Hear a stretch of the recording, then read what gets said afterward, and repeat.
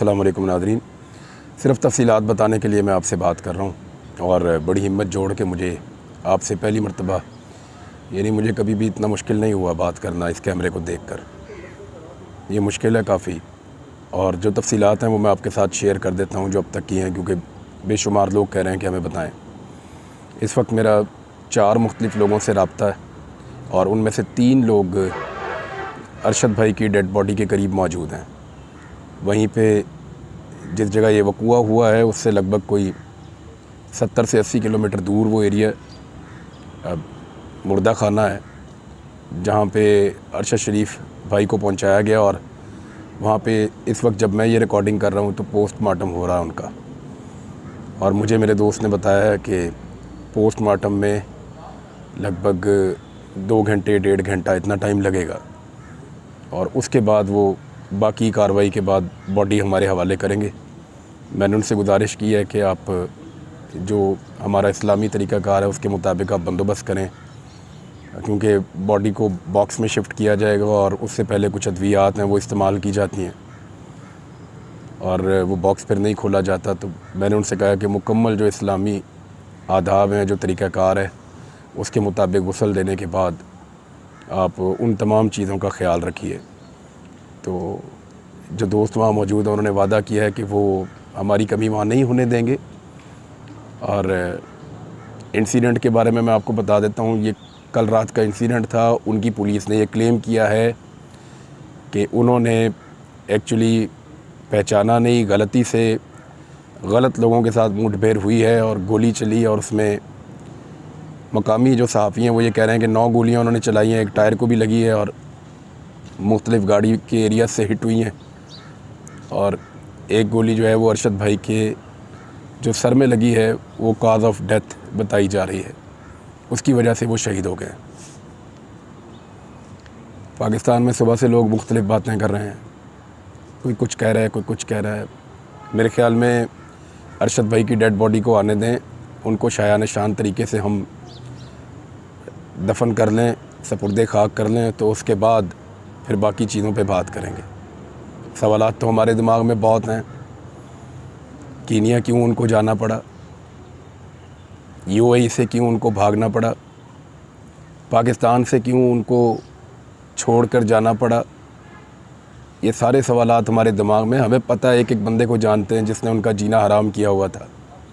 एक एक बात मेरे भाई ने मुझे बताई थी, मेरे दोस्तों को बताई थी, हम सबको पता है।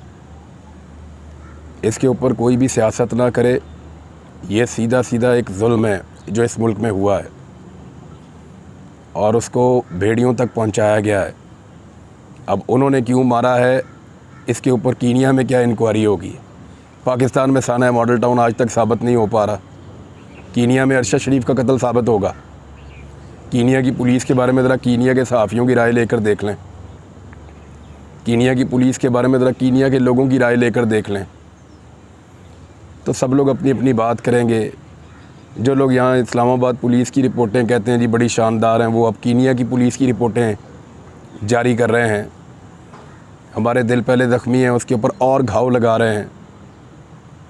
कोई बात नहीं, ये वक्त गुजर जाएगा, लेकिन अरशद अब वापस नहीं आएगा।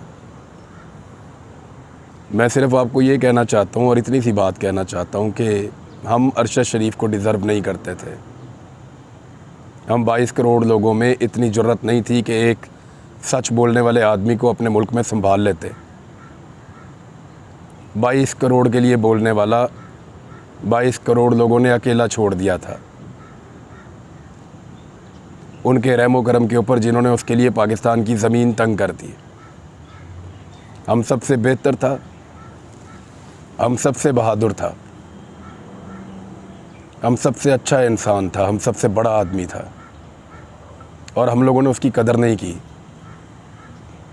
मैंने एक दिन कहा था कि अरशद शरीफ हमारी रेड लाइन है, इसको क्रॉस करोगे तो हम रिटेलिएट करेंगे। हर वो आदमी जिसने उसके लिए पाकिस्तान की ज़मीन को तंग किया, उसने हमारी रेड लाइन क्रॉस की है। हर वो आदमी जिसकी वजह से उसको पाकिस्तान से जाना पड़ा, उसने हमारी रेड लाइन क्रॉस की है। हमें बहुत तकलीफ़ दी है, बहुत तकलीफ़ दी है। हम याद रखेंगे। अरशद शरीफ की वालदा का एक ही हुक्म है कि मेरे बेटे को लेकर आओ और शायान शान तरीके से उसको दफन करो। जीते जी आप लोगों ने एक बहादुर और सच्चे आदमी की कदर नहीं की है, हम उसकी कदर नहीं कर सके। उसके जाने पे यहाँ पे लोगों ने मजाक उड़ाने की कोशिश की। जिस मुल्क में वो गया वहाँ पे उसके लिए जीना हराम कर दिया। कौन लोग थे जिन्होंने ये किया, सबको पता है। वहाँ से अगले मुल्क में चला गया। क्या ऐसे ही वहाँ चलते हुए आदमियों को सड़कों पे मार दिया जाता है हादसात में? क्या गोली सिर्फ अरशद शरीफ को ही लगनी थी? बहुत सारे सवालात हैं, हम पूछेंगे। वहाँ के सहाफ़ी, वहाँ के लोग, वो भी कुछ ना कुछ हमें बताएंगे। ऐसे कत्ल छुपा तो नहीं रह जाएगा। और लोग जानते हैं कि ये हालात किसने पैदा किए अरशद शरीफ के लिए, हम सबको इस बात का पता है। मेरी आप सबसे एक गुजारिश है कि अरशद शरीफ की वालदा की ये ख्वाहिश कि मेरे बेटे की तदफीन उसके शायान शान होनी चाहिए, ये ज़रूर पूरी कीजिएगा। मैं यहाँ पे मौजूद हूँ। मैंने कीनिया का वीज़ा भी हासिल किया है, लेकिन मुझे वहाँ दोस्तों ने मना किया है कि आपके आने में और जाने में टाइमिंग मिसमैच हो जाएगी। हम कोशिश कर रहे हैं कि आज रात तक हर हाल में अपनी ज़िम्मेदारी पूरी करें और अरशद भाई की डेड बॉडी को रवाना करें वहाँ से। तो ये कोई 10 घंटे 11 घंटे इसमें लग सकते हैं। तो उम्मीद है कि कल सुबह तक शायद डेड बॉडी पाकिस्तान में पहुंच जाए। तो आप सबसे मेरी ये गुजारिश है कि उसको वो प्रोटोकॉल आप दीजिएगा जो एक हीरो को ज़िंदा कौमें देती हैं। ज़िंदगी में तो हम उसकी कदर नहीं कर सके। सारे सवालों के जवाब दूंगा। ये जितने लोग उछल कूद कर रहे हैं, ये जितने लोग इस मामले के ऊपर सियासत कर रहे हैं,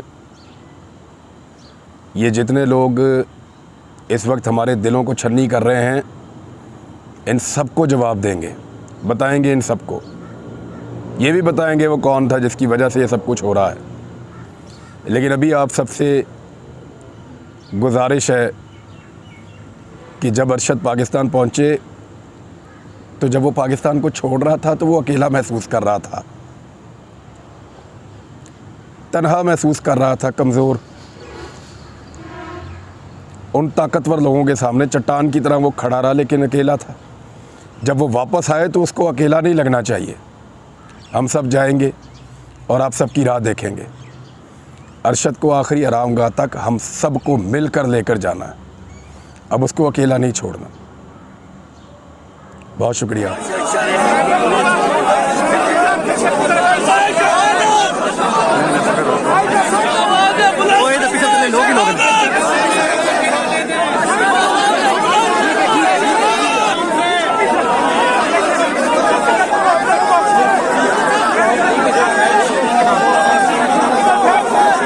देख भाई, इसको मजबूती से पकड़ना।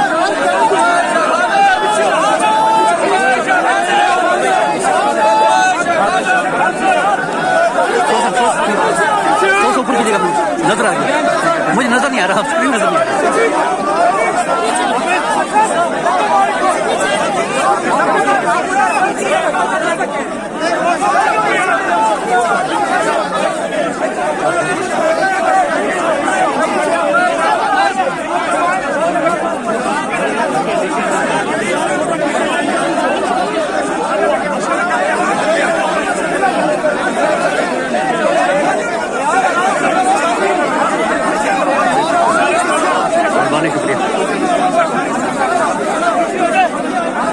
आप मुझे आगे की तरफ टका दें, आगे तरफ। शाहीन साहब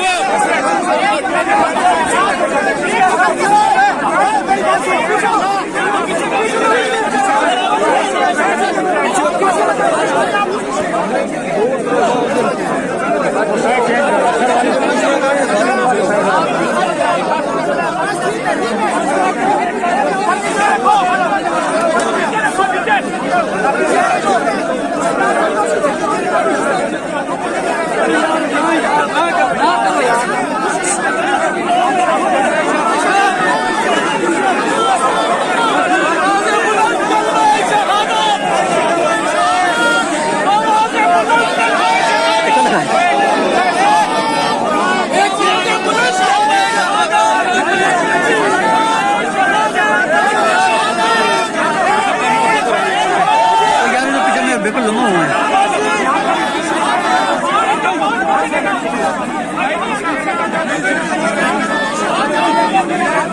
सफीर साहब थोड़ा तक देकर रखो ना तब ये चीज़ हाँ ये चीज़ अरे साहब को आगे भेजो।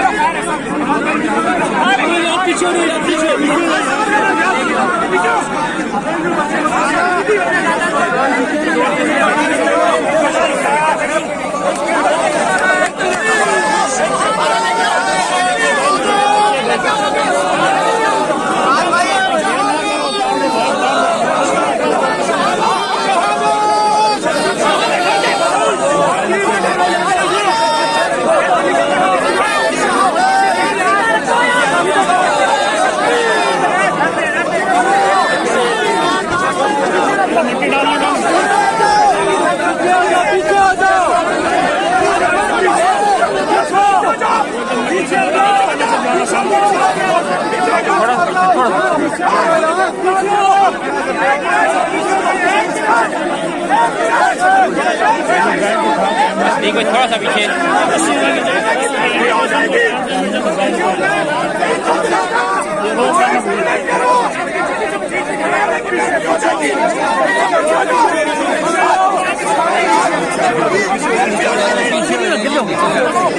मारेंगे